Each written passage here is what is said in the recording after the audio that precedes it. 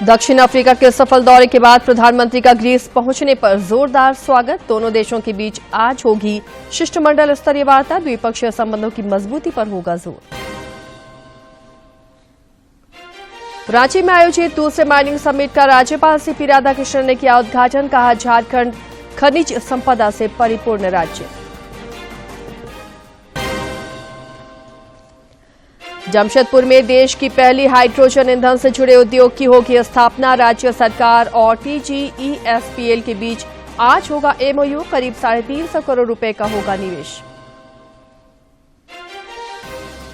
और कोडरमा में 3 मोटरसाइकिल सवार युवा स्टंट करते दुर्घटनाग्रस्त, 2 की मौत, 2 गंभीर रूप से घायल। रांची और कोडरमा में घायलों का चल रहा इलाज।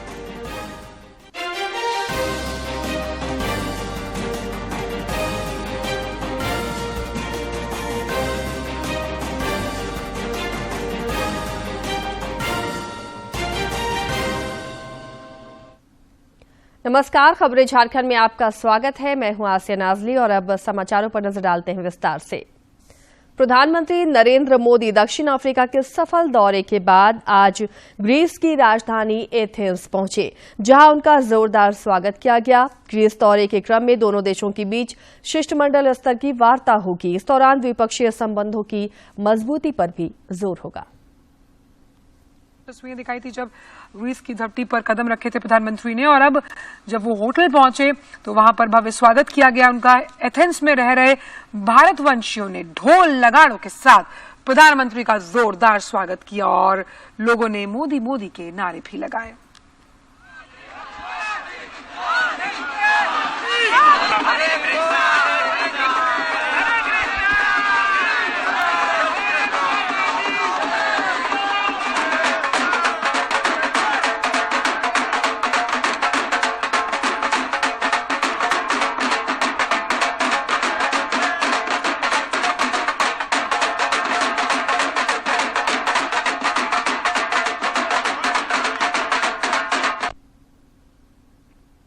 राजधानी रांची में आज द्वितीय झारखंड माइनिंग समिट का आयोजन किया गया। राज्यपाल सीपी राधाकृष्णन बतौर मुख्य अतिथि इस कार्यक्रम में शामिल हुए। PhD chamber of commerce and industry ने इसका आयोजन किया है। समिट का विषय है एडवांसेस इन माइनिंग। खनन क्षेत्र से जुड़े जानकार इस राष्ट्रीय कॉन्फ्रेंस में अपने विचार रख रहे हैं।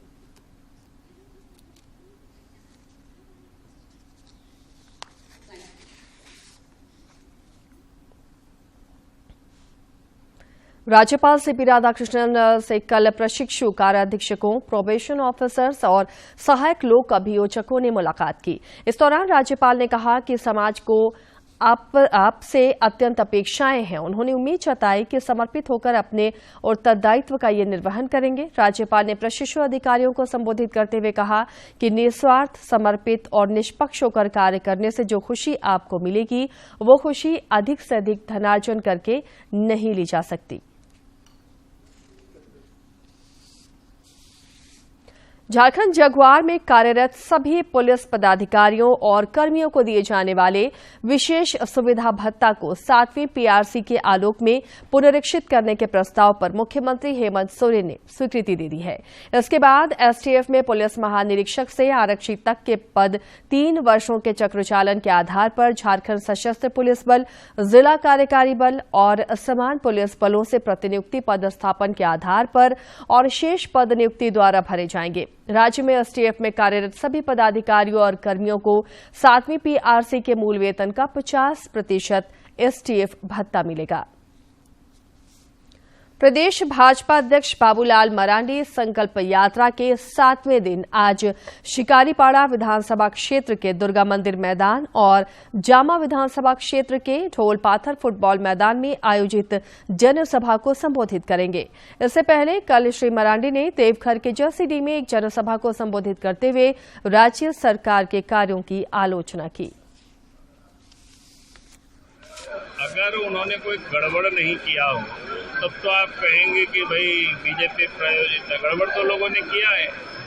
जब आपको नोटिस देते हैं तो आप चले जाइए, शामिल हो जाइए, सारी कुछ आप बता दीजिए क्या है और क्या नहीं है। बिजनेस 20 शिखर सम्मेलन आज से नई दिल्ली में शुरू होगा। 3 दिवसीय इस सम्मेलन के दौरान केंद्रीय मंत्री निर्मला सीतारमण, धर्मेंद्र प्रधान, डॉक्टर सुब्रमण्यम जयशंकर, भारत के G20 शेरपा अमिताभ कांत और विभिन्न देशों के व्यापार मंत्री और कारोबार जगत के शीर्ष नेता वैश्विक स्तर पर व्यवसाय से संबंधित मुद्दों पर विचार साझा करेंगे। मंत्री निर्मला सीतारमण, धर्मेंद्र प्रधान, डॉक्टर एस जयशंकर, भारत के G20 शेरपा अमिताभ कांत, विभिन्न देशों के व्यापार मंत्री और कारोबार जगत के शीर्ष नेता वैश्विक स्तर पर व्यवसायों से संबंधित मुद्दों पर विचार विमर्श करेंगे। प्रधानमंत्री नरेंद्र मोदी 27 अगस्त को विशेष सत्र में मुख्य अतिथि होंगे। शिखर सम्मेलन के पहले दिन 7 सत्र आयोजित किए जाएंगे। इनमें बिजनेस 20, भारत की प्राथमिकताएं और दुनिया के लिए भारत सुझाव, वैश्विक प्राथमिकताएं, व्यापार और समाज के लिए आर्टिफिशियल इंटेलिजेंस, अवसर और विनियमन, समयायोजी वैश्विक व्यापार के लिए समावेशी वैश्विक मूल्य श्रृंखला और व्यापार मंत्रियों के सत्र शामिल हैं। टाटा सन्स के कार्यकारी अध्यक्ष और B20 इंडिया के अध्यक्ष एन चंद्रशेखरन कई वैश्विक और शीर्ष भारतीय कारोबारी सम्मेलन में भाग लेंगे। बिजनेस 20 शिखर सम्मेलन उत्तरदायी, त्वरित, अभिनव, टिकाऊ और न्यायसंगत व्यवसाय के विषय पर आधारित है। जयपुर में चल रहे G20 व्यापार और मंत्री स्तरीय बैठक का आज अंतिम दिन है। बैठक के पहले दिन 2 सत्र आयोजित किए गए। बहुपक्षीय व्यापार विषय पर केंद्रित रही, जिसमें विकासशील देशों के लिए व्यापार कैसे काम कर सकता है और विश्व व्यापार संगठन में सुधारों पर विचारों का आदान प्रदान हुआ। बैठक का दूसरा सत्र समावेशी और मजबूत व्यापार और जुझारू वैश्विक मूल्य श्रृंखलाओं के मुद्दों और विश्व व्यापार में सूक्ष्म, लघु और मझोले उद्योगों को एकीकृत करने पर केंद्रित था। वाणिज्य एवं उद्योग मंत्री पीयूष गोयल ने G20 मंत्रियों के बीच व्यापार से संबंधित सभी मुद्दों पर व्यापक सहमति बनने का भरोसा जताया।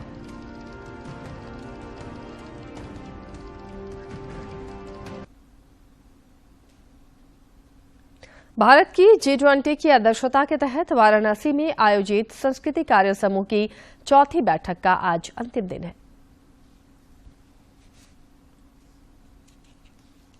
प्रतिनिधियों के साथ मसौदा घोषणा पर चर्चा शुरू हुई। इसके अलावा बैठक में मौजूद सभी प्रतिनिधियों ने भारतीय अंतरिक्ष अनुसंधान संगठन की असाधारण उपलब्धि की सराहना की।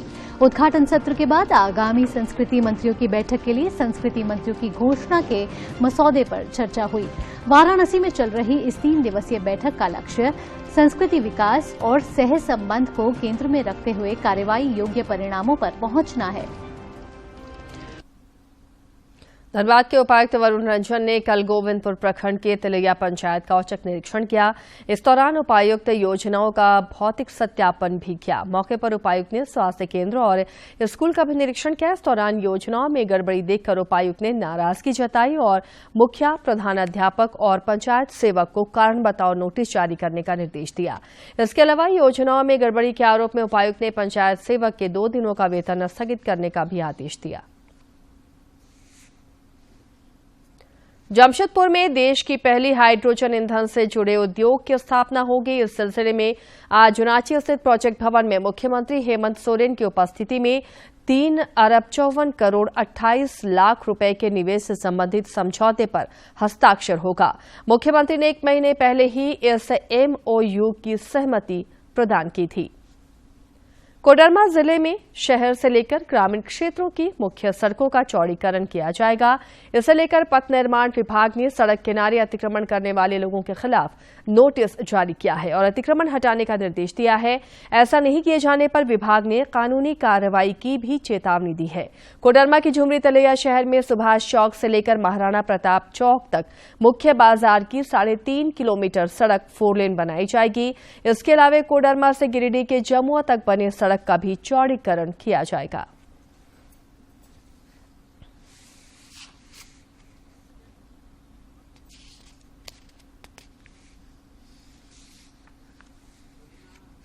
सरकार के पास लोग भेजे हैं 4 लेन के लिए। 4 लेन का प्रपोजल है और भविष्य में DPR बनने की उम्मीद है। अजमेर सियालदह एक्सप्रेस ट्रेन का ठहराव आज से गिरिडीह जिले के सरिया स्थित हजारीबाग रोड स्टेशन में शुरू हो गया।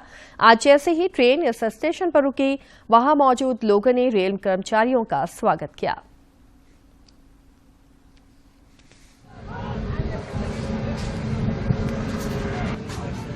केंद्रीय शिक्षा राज्य मंत्री अन्नपूर्णा देवी जी को धन्यवाद देता हूँ कि काफी अथक प्रयास करने के बाद आज हम लोग को ये सौभाग्य मिला है कि हजारीबाग रोड स्टेशन में आज अजमेर सियालदह एक्सप्रेस ट्रेन के ठहराव का समय मिला है। और आज सियालदह जो रुक रही है, इन्हीं का एक मेहनत का इस जगह परिचय है कि इस मेहनत किस तरह से ये करती है अपने क्षेत्र के लिए। खूंटी जिले से पुलिस ने प्रतिबंधित नक्सली संगठन पीएलएफआई के एक सक्रिय सदस्य को गिरफ्तार किया है। गिरफ्तार नक्सली के पास से हथियार, कारतूस और लेवी के रुपए भी मिले हैं। डीएसपी अमित कुमार ने बताया कि गुप्त सूचना के आधार पर कार्रवाई करते हुए नक्सली को गिरफ्तार किया गया है।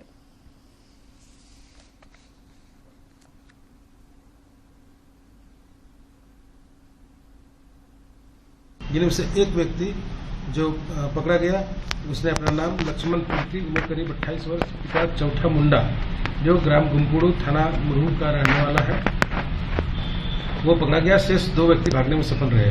उक्त व्यक्ति की तलाशी लेने पर उसके कमर में फंसा हुआ एक देसी लोडेड कट्टा जो 354 का है, 3154 का है, तथा साथ में 6 जिंदा गोली भी बरामद की गई। उसके साथ ही उसके बैग से 46,600 रुपये नकद रकम की बरामदगी हुई है। गढ़वा पुलिस ने चुनिया थाना क्षेत्र की एक महिला बकरी पालक को बंधक बनाकर 45 बकरियों को लूटने के मामले में प्रकाश खान को गिरफ्तार किया है। गिरफ्तार आरोपी के पास से लूट में इस्तेमाल किया गया वाहन और लूटी गई बकरियां भी बरामद की गई हैं। पुलिस ने लूटकांड में शामिल बाकी लोगों की तलाश शुरू कर दी है। थाना के खाला ग्राम से एक पिकअप में लदे हुए 14 बकरियों को बरामद कर लिया गया और एक अभियुक्त रवाकस खान को गिरफ्तार किया गया। रवाकस खान के निशानदेही पर अन्य 27 बकरियों को धुरकी थाना क्षेत्र के अम्बा खोरिया के जंगल से बरामद कर लिया गया। प्रधानमंत्री नरेंद्र मोदी 27 अगस्त को मन की बात कार्यक्रम के जरिए देशवासियों के साथ अपने विचार साझा करेंगे। प्रधानमंत्री ने इस कार्यक्रम के लिए लोगों से अपने सुझाव देने का भी आग्रह किया है। सुझावों को टोल फ्री नंबर 1800-117800 पर मिस कॉल देकर रिकॉर्ड कराया जा सकता है। माई गॉव फोरम या नमो ऐप पर भी लोग अपने सुझाव दे सकते हैं। मन की बात है जन जन की, संघर्षों के कुछ किस्से, कहानी कुछ सफलताओं की, अनकही विरासत की, उम्मीदें नए भारत की। महीने के आखिरी रविवार का रहता है इंतजार। ब्रह्मपुत्र के घाट से हिमालय के विस्तार तक होती है मन की बात प्रधानमंत्री के साथ। तो सुनिए इस महीने 27 अगस्त सुबह 11 बजे मन की बात। आकाशवाणी और दूरदर्शन के सभी चैनलों पर आप भी माननीय प्रधानमंत्री के मन की बात का हिस्सा बन सकते हैं। इसके लिए आप अपने सुझाव post box number 111 Akashvani Delhi को भेज सकते हैं। इसके अलावा नमो ऐप या माई गॉव के ओपन फोरम में पोस्ट कर सकते हैं। तो याद रखें 27 अगस्त सुबह 11 बजे मन की बात। जामताड़ा जिले के सभी 6 प्रखंडों में फाइलेरिया उन्मूलन को लेकर आवश्यक पहल की जा रही है। अभियान के तहत जिले के नारायणपुर प्रखंड कार्यालय में फाइलेरिया उन्मूलन अभियान कल शुरू हुआ। अभियान की शुरुआत एसडीएम संजय पांडे ने खुद फाइलेरिया रोधी दवा की निर्धारित मात्रा में सेवन कर की। इस दौरान उन्होंने कहा कि फाइलेरिया रोधी दवा का सेवन करने से किसी भी प्रकार का दुष्प्रभाव नहीं होता है।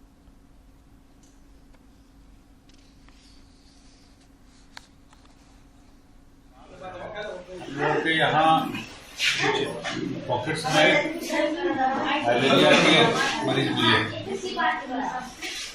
तो एक ये प्रोग्राम चलाया जा रहा है कि आज ये जो पेराट्रिजोल दवाइयाँ हैं उसका हाल है। युवाओं के बीच मोटरसाइकिल का क्रेज लगातार बढ़ता जा रहा है और ये स्टंट कई बार जानलेवा भी साबित होता है। ऐसा ही एक मामला कोडरमा में सामने आया है, जहां चंदवारा ढाब रोड में करौंजिया पुल के पास 3 मोटरसाइकिल की आपस में टक्कर हो गई, जिसमें 2 युवकों की मौत हो गई, जबकि 2 युवक गंभीर रूप से घायल हो गए। घायल युवकों का इलाज रांची और कोडरमा में किया जा रहा है।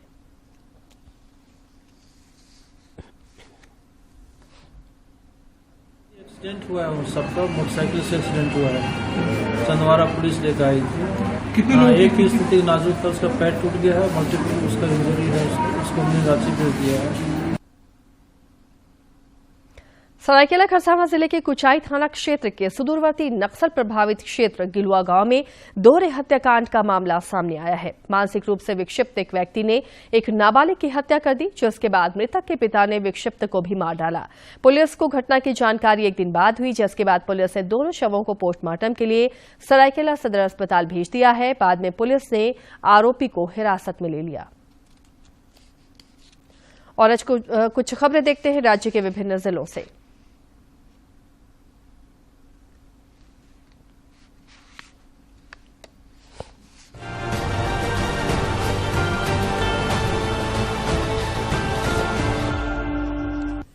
पलामू के उपायुक्त शशि रंजन ने मेदनी राय मेडिकल कॉलेज अस्पताल का औचक निरीक्षण किया। इस दौरान उन्होंने MRMCH के सभी विभागों का निरीक्षण किया।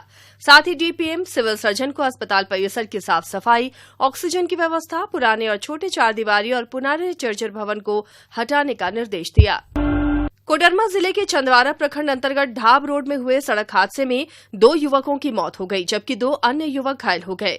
घायल युवकों का इलाज सदर अस्पताल में किया जा रहा है। बाल कल्याण समिति के प्रयास से पंजाब के मोगा जिले के भटके एक नाबालिग को दुमका से वापस उसके घर भेज दिया गया है। नाबालिग किसान आंदोलन के दौरान अपने पिता से भटककर दिल्ली से दुमका पहुंच गया था। पलामू पुलिस से सड़क किनारे नो पार्किंग जोन में खड़े वाहनों के खिलाफ लगातार अभियान चला रही है। इसे लेकर ट्रैफिक प्रभारी रामजीत सिंह ने छैमोहान और पचमोहान के पास से सड़क किनारे लगे दर्जनों वाहनों को जब्त कर लिया। रांची के उपायुक्त राहुल कुमार सिन्हा ने खलारी प्रखंड स्थित मोनेट डैनियल कोल वॉशरी का निरीक्षण किया। इस दौरान उन्होंने पर्यावरण प्रदूषण को लेकर तय सेफ्टी मेजर का पालन करने का निर्देश दिया।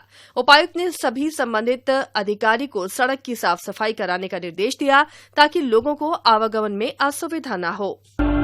खूंटी जिला परिवहन पदाधिकारी की अध्यक्षता में जिले के वाहन विक्रेताओं के साथ बैठक हुई। इस दौरान उन्होंने वाहन विक्रेताओं को निबंधन के लिए ससमय कागजात उपलब्ध कराने का निर्देश दिया। उन्होंने कहा कि किसी भी स्थिति में निबंधन लंबित न रखें। रामगढ़ छावनी परिषद क्षेत्र को विमुक्त करने के लिए उपायुक्त चंदन कुमार ने महत्वपूर्ण बैठक की। बैठक के दौरान कार्यपालक दंडाधिकारी सह प्रभारी सामान्य शाखा द्वारा उपायुक्त सहित समिति के अन्य सदस्यों को अहम जानकारी दी गई। कोडरमा जिले के जयनगर थाना क्षेत्र के अंतर्गत धनबाद गया रेलखंड के लाराबाद में रेलवे लाइन की बाउंड्री के बाहर से एक युवक का शव बरामद किया गया है। घटना की सूचना मिलते ही जयनगर पुलिस ने घटनास्थल पर पहुंचकर शव को पोस्टमार्टम के लिए सदर अस्पताल कोडरमा भेज दिया। पलामू के आपराधिक सरगना अमन साहू के नाम पर एक कारोबारी से 5 लाख रुपए की रंगदारी मांगने का मामला सामने आया है। इस संबंध में कारोबारी ने मेदिनीनगर शहर थाने में मामला दर्ज कराया है। पुलिस मामले की छानबीन में जुट गई है। खूंटी जिले के कर्रा प्रखंड के जरियागढ़ थाना की पुलिस के सौजन्य से सामुदायिक पुलिसिंग के तहत उग्रवाद प्रभावित क्षेत्र बकसपुर मैदान में फुटबॉल मैच का आयोजन किया गया। मौके पर बकसपुर पंचायत की मुखिया पूनम बारला और जरियागढ़ के थाना प्रभारी पंकज कुमार ने मैच का उद्घाटन कर खिलाड़ियों से परिचय प्राप्त किया।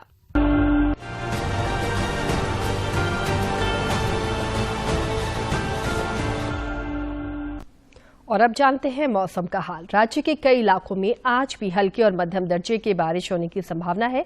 मौसम विभाग के अनुसार आने वाले दिनों में अच्छी बारिश की संभावना है। इस दौरान गरज के साथ वज्रपात की भी संभावना है। इसे लेकर येलो अलर्ट जारी किया गया है। रक्षाबंधन का त्यौहार नजदीक है, खासकर महिलाएं इसकी तैयारी में जुट गई हैं। वहीं रांची में महिलाओं का एक समूह इन दिनों राखियों का निर्माण करने में व्यस्त है।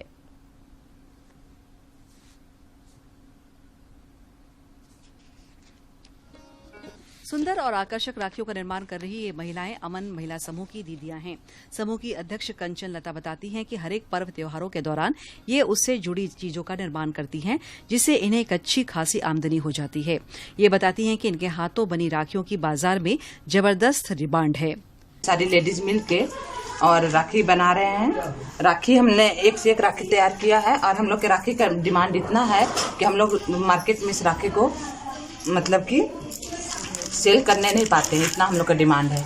महिलाएं बताती हैं कि बाजार में राखी की मांग पूरी करने के लिए करीब 2 महीने पहले से इन्हें इसकी तैयारी में जुट जाना पड़ता है। दुकानदार इनके घरों से ही आकर राखियां खरीद ले जाते हैं। वाले हम लोग खुद भी ले जाकर के दुकान में, आसपास के दुकान में देते हैं सर, और बाहर से भी आकर के भी दे जाते हैं। महिलाओं की माने तो समूह से जुड़कर इन्हें काफी फायदा हुआ है। घर के कामों के बाद जो समय मिलता है उसका सदुपयोग कर ये आर्थिक रूप से स्वावलंबी बन रही हैं। भी इसको रक्षाबंधन के रोज, और जो अभी है हम बना के यूज करेंगे, मार्केट में बेचेंगे। भारतीय पर्व त्योहारों की खासियत है कि ये रोजगार प्रदायी होते हैं।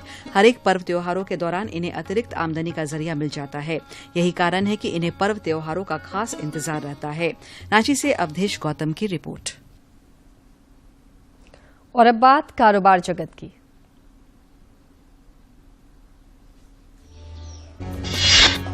नई दिल्ली के विज्ञान भवन में आज कंस्ट्रक्शन उद्योग में नए और उभरते बिल्डिंग मटेरियल टेक्नोलॉजी को अपनाने के लिए एक सम्मेलन का आयोजन किया जा रहा है। इस सम्मेलन का उद्घाटन केंद्रीय पेट्रोलियम और प्राकृतिक गैस मंत्री हरदीप सिंह पुरी करेंगे। इस दौरान आवास और शहरी मामलों के राज्य मंत्री श्री कौशल किशोर भी उपस्थित रहेंगे। अगले महीने यानी सितंबर में बैंकों ने 16 दिन कामकाज नहीं होगा। बैंकों में 4 रविवार और 2 शनिवार यानी 6 दिन बैंक बंद रहेंगे। वहीं अलग अलग जगहों पर अलग अलग कारणों से 10 दिन बैंकों में काम नहीं होगा।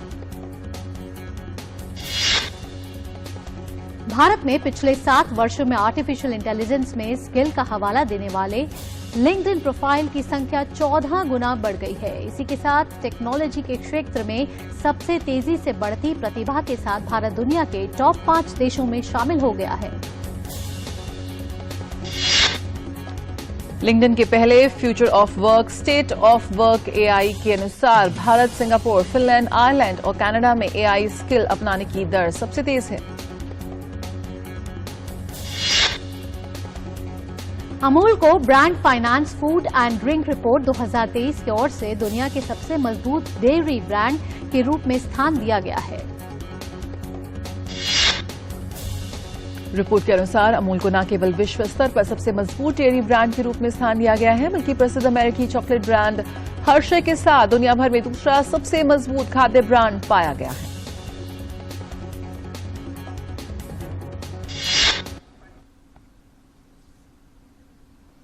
और अब खेल जगत की महत्वपूर्ण खबरों को देखते हैं फटाफट अंदाज में।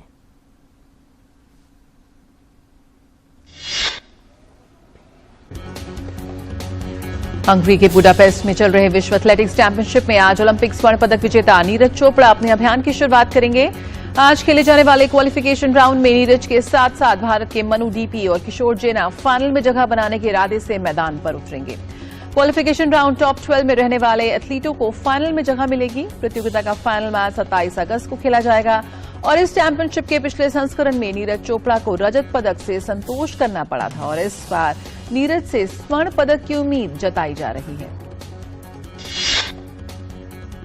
विश्व बैडमिंटन चैंपियनशिप के पुरुष एकल स्पर्धा के क्वार्टर फाइनल में आज भारत के एच.एस. प्रणॉय का सामना डेनमार्क के विक्टर एक्सेलसन से होगा। वहीं पुरुष युगल स्पर्धा के क्वार्टर फाइनल में चिराग शेट्टी और सात्विक साईराज की भारतीय जोड़ी आज डेनमार्क की जोड़ी के सामने अपनी चुनौती पेश करेगी।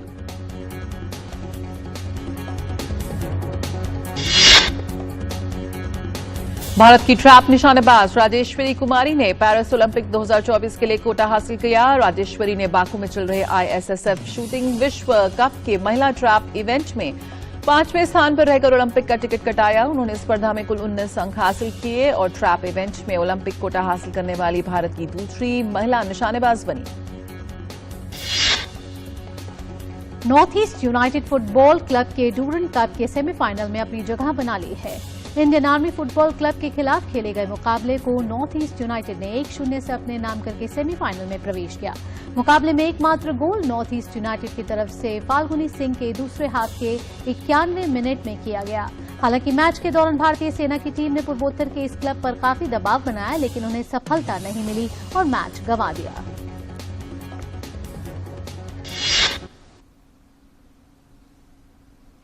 भारतीय grand master R Praggnanandhaa FIDE विश्व कप शतरंज के फाइनल में हार गए हैं। तमिलनाडु के रमेश बाबू प्रज्ञानंदा ने महज 18 साल की उम्र में वह कर दिखाया जिसका सपना हर कोई रखता है, लेकिन साकार करना मुश्किल होता है। प्रगन्नानंदा भले ही फीडे विश्व कप का खिताब जीतने से रह गए हों, लेकिन इतिहास तो इस युवा ग्रैंड मास्टर ने रच ही दिया। दरअसल प्रगन्नानंदा का मैग्नस कार्लसन के साथ खिताबी मुकाबला बेहद संघर्षपूर्ण रहा। इन दोनों खिलाड़ियों के बीच क्लासिकल के पहले दोनों मैच बराबरी पर समाप्त हुए। टाई ब्रेकर के पहले गेम में कार्लसन ने जीत हासिल की। संघर्षपूर्ण फाइनल में कार्लसन ने भारत के आर प्रगन्नानंदा को हराने में सफलता पाई, लेकिन जिस अंदाज के साथ भारतीय ग्रैंड मास्टर ने अपने खेल को सामने रखा, वो युवाओं के लिए किसी प्रेरणा से कम नहीं रहा। कार्लसन जैसे मंझे हुए खिलाड़ी को फाइनल में चुनौती देना ही अपने आप में खास रहा। प्रधानमंत्री नरेंद्र मोदी ने युवा ग्रैंड मास्टर आर प्रगन्नानंदा के फीडे विश्व कप में शानदार प्रदर्शन पर खुशी जताई। उन्होंने सोशल मीडिया के माध्यम से बधाई देते हुए कहा, फीडे विश्व कप में प्रगन्नानंदा के शानदार प्रदर्शन पर हमें गर्व है। उन्होंने फाइनल में असाधारण कौशल का प्रदर्शन किया और फाइनल में मैग्नस कार्लसन को कड़ी चुनौती दी। ये कोई छोटी बात नहीं है। आगामी प्रतियोगिताओं के लिए शुभकामनाएं। वैसे प्रगन्नानंदा विश्वनाथन आनंद के बाद विश्व कप फाइनल में पहुंचने वाले दूसरे भारतीय रहे। उन्होंने 2024 कैंडिडेट्स में भी अपनी जगह पक्की कर ली। बॉबी फिशर और मैग्नस कार्लसन के बाद कैंडिडेट्स टूर्नामेंट के लिए क्वालिफाई करने वाले प्रगन्नानंदा तीसरे सबसे युवा खिलाड़ी हैं। 18 साल के रमेश बाबू प्रगन्नानंदा को बचपन से ही खेल से बेहद लगाव रहा है। उन्होंने 3 साल की उम्र से ही शतरंज खेलना शुरू कर दिया था। अपने इसी जुझारूपन से उन्होंने 2013 में विश्व युवा शतरंज चैंपियनशिप अंडर 8 का खिताब जीता, जबकि 7 साल की उम्र में इस जीत ने उन्हें फीडे मास्टर का खिताब दिलाया। उनकी जीत का सिलसिला 2016 में भी देखने को मिला, जब वो 10 साल की उम्र में इतिहास में सबसे कम उम्र के अंतर्राष्ट्रीय मास्टर बन गए। निश्चित रूप से प्रगन्नानंदा भले ही फाइनल मुकाबला हार गए हों, लेकिन उन्होंने शतरंज के विश्व पटल पर देश की धूम मचा दी है, जो इस खेल में भारत के बढ़ते प्रभाव को सामने रखती है। Sports desk, DD news. विश्व स्वास्थ्य संगठन के महानिदेशक ने कहा है कि गैर संचारी रोग को लेकर भारत की नीतियां सराहनीय हैं। विश्व स्वास्थ्य संगठन के महानिदेशक डॉक्टर ट्रेडास ने गैर संचारी रोगों को लेकर भारत की नीतियों की सराहना की है। सोशल मीडिया पर उन्होंने लिखा कि उच्च रक्तचाप और मधुमेह रोगियों तक इलाज पहुंचाने के लिए भारत ने जो लक्ष्य रखा है वह काफी सराहनीय है। साल 2025 तक भारत 7.5 करोड़ रोगियों को उपचार उपलब्ध कराएगा और अब तक 1 करोड़ से अधिक रोगियों तक इलाज पहुंचाने में सफलता हासिल हुई है। उन्होंने दूसरे देशों को सलाह देते हुए कहा कि भारत की तरह वो भी गैर संचारी रोग के खिलाफ अभियान चला सकते हैं, क्योंकि पूरी दुनिया में इन बीमारियों का दायरा काफी तेजी से बढ़ रहा है। डॉक्टर ट्रेडास ने कहा कि स्वास्थ्य क्षेत्र में पीएम मोदी का नेतृत्व ऐतिहासिक है। राजनीतिक इच्छा के जरिए हम बीमारियों के साथ लड़ाई में निश्चित ही जीत हासिल कर सकते हैं। साथ ही विश्व स्वास्थ्य संगठन की दक्षिण एशिया की क्षेत्रीय महानिदेशक डॉक्टर पूनम क्षेत्रपाल सिंह ने कहा कि भारत ने जो 1.5 lakh health and wellness centre बनाए हैं वो एक महत्वपूर्ण उपलब्धि है। पीएम मोदी। इस बुलेटिन में फिलहाल इतना ही, लेकिन चलते चलते एक बार फिर से नजर डालते हैं सुर्खियों पर।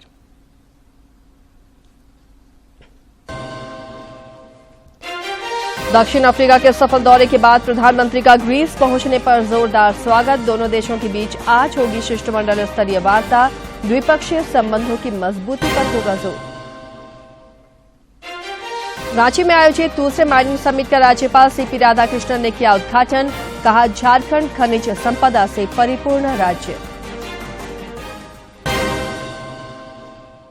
जमशेदपुर में देश की पहली हाइड्रोजन ईंधन से जुड़े उद्योग की होगी स्थापना। राज्य सरकार और टीजीईएसपीएल के बीच आज होगा एमओयू। करीब 350 करोड़ रुपए का होगा निवेश। और कोडरमा में 3 मोटरसाइकिल सवार युवा स्टंट करते दुर्घटनाग्रस्त, 2 की मौत, 2 गंभीर रूप से घायल। रांची और कोडरमा में घायलों का चल रहा इलाज।